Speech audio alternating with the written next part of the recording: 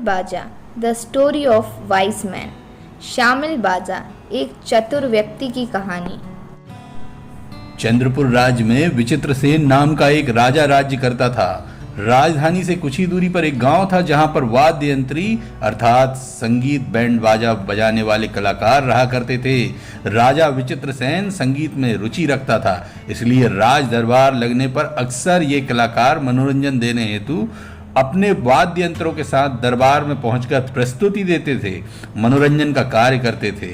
कार्यक्रम के उपरांत राजा उन्हें उचित पुरस्कार और सम्मान राशि देकर विदा करता था। गांव के मुखिया का पुत्र शेखर एवं एक ग्रामीण मजदूर का पुत्र दीनू दोनों मित्र थे। शेखर के रहन सहन का स्तर ऊंचा था, जबकि दीनू फटेहाल था। शेखर अक्सर दीनू से कहता कि तुम्हारे पिता में भी कोई कला होगी, उस कला को निखारना चाहिए, आखिर कब तक मजदूरी करते रहेंगे। दीनू को भी शेखर की बात ठीक लगती, पर वह पिताजी से कहने की हिम्मत नहीं जुटा पाता। एक दिन मन ही मन दीनू ने ठान लिया कि वह पिताजी से अवश्य बात करेगा और घर जाकर उसने जिद पकड़ ली कि इस बार कलाकारों के समूह में पिताजी आपको भी जाना है। मजदूर पिता को बाल हट के आगे घुटने टेकने पड़े। पिता ने लकड़ी से बनी एक टोकरी में रंगीन मोतियों को जड़ा, एक पतली लकड़ी में मोर के पंखों को बांध कर आकर्षक बनाया और इस बार वाद्य समूह कलाकारों के समूह के साथ दीनू के पिता भी अपना यह अनोखा यंत्र लेकर पहुंचे। राज दरबार में कार्यक्रम की प्रस्तुति दी गई।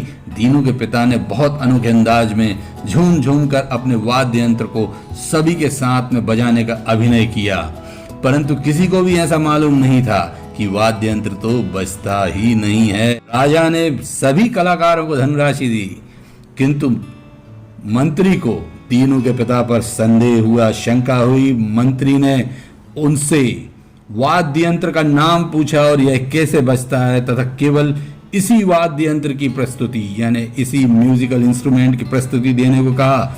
यह एक अनोखा वाद्य यंत्र है, इसका नाम शामिल बाजा है और इसका ज्ञान मैंने अपने गुरु और पैतृक रूप से मुझे प्राप्त हुआ है।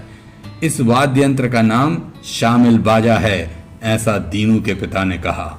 और नमक सब्जी का और चीनी खीर का स्वाद बढ़ा देती, उसी प्रकार मेरा यह वाद्य यंत्र शामिल बाजा जब सभी संगीत वाद्य यंत्रों के साथ बजता है तो सामूहिक संगीत को और भी अधिक मधुर बना देता है, किंतु इसका एकाकी वादन कर्कश होने के कारण अत्यंत घातक सिद्ध हो सकता है और इसको सुनने वाले की मृत्यु भी हो सकती है। मेरे गुरु ने मुझसे गुरु दक्षिणा में वचन लिया था कि मैं इस यंत्र को अकेले नहीं बजाऊंगा। गुरु आज्ञा का उल्लंघन कर मैं निर्दोषों की जान को संकट में नहीं डाल सकता और महाराज आप तो हमारे रक्षक हैं, अन्नदाता हैं, प्रजापालक हैं, मैं महाराज के प्राणों को संकट में नहीं डाल सकता।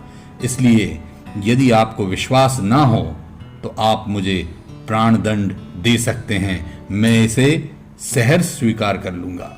इतना सुनना था कि महाराज अत्यंत प्रसन्न हुए और दीनू के पिता को दुगना इनाम देकर विदा किया। शामिल बाजा कहानी से हमें यह शिक्षा मिलती है कि चाहे परिस्थितियां कितनी भी विपरीत हों, हमें अपने आत्मविश्वास को थामे रखना चाहिए और बुद्धिमत्ता का प्रयोग कर हम कितनी ही विपरीत परिस्थितियों से बाहर आ सकते हैं। आपको यह वीडियो पसंद आया है तो ही आप चैनल को सब्सक्राइब करें और यदि पसंद नहीं आया है तो कमेंट अवश्य करें।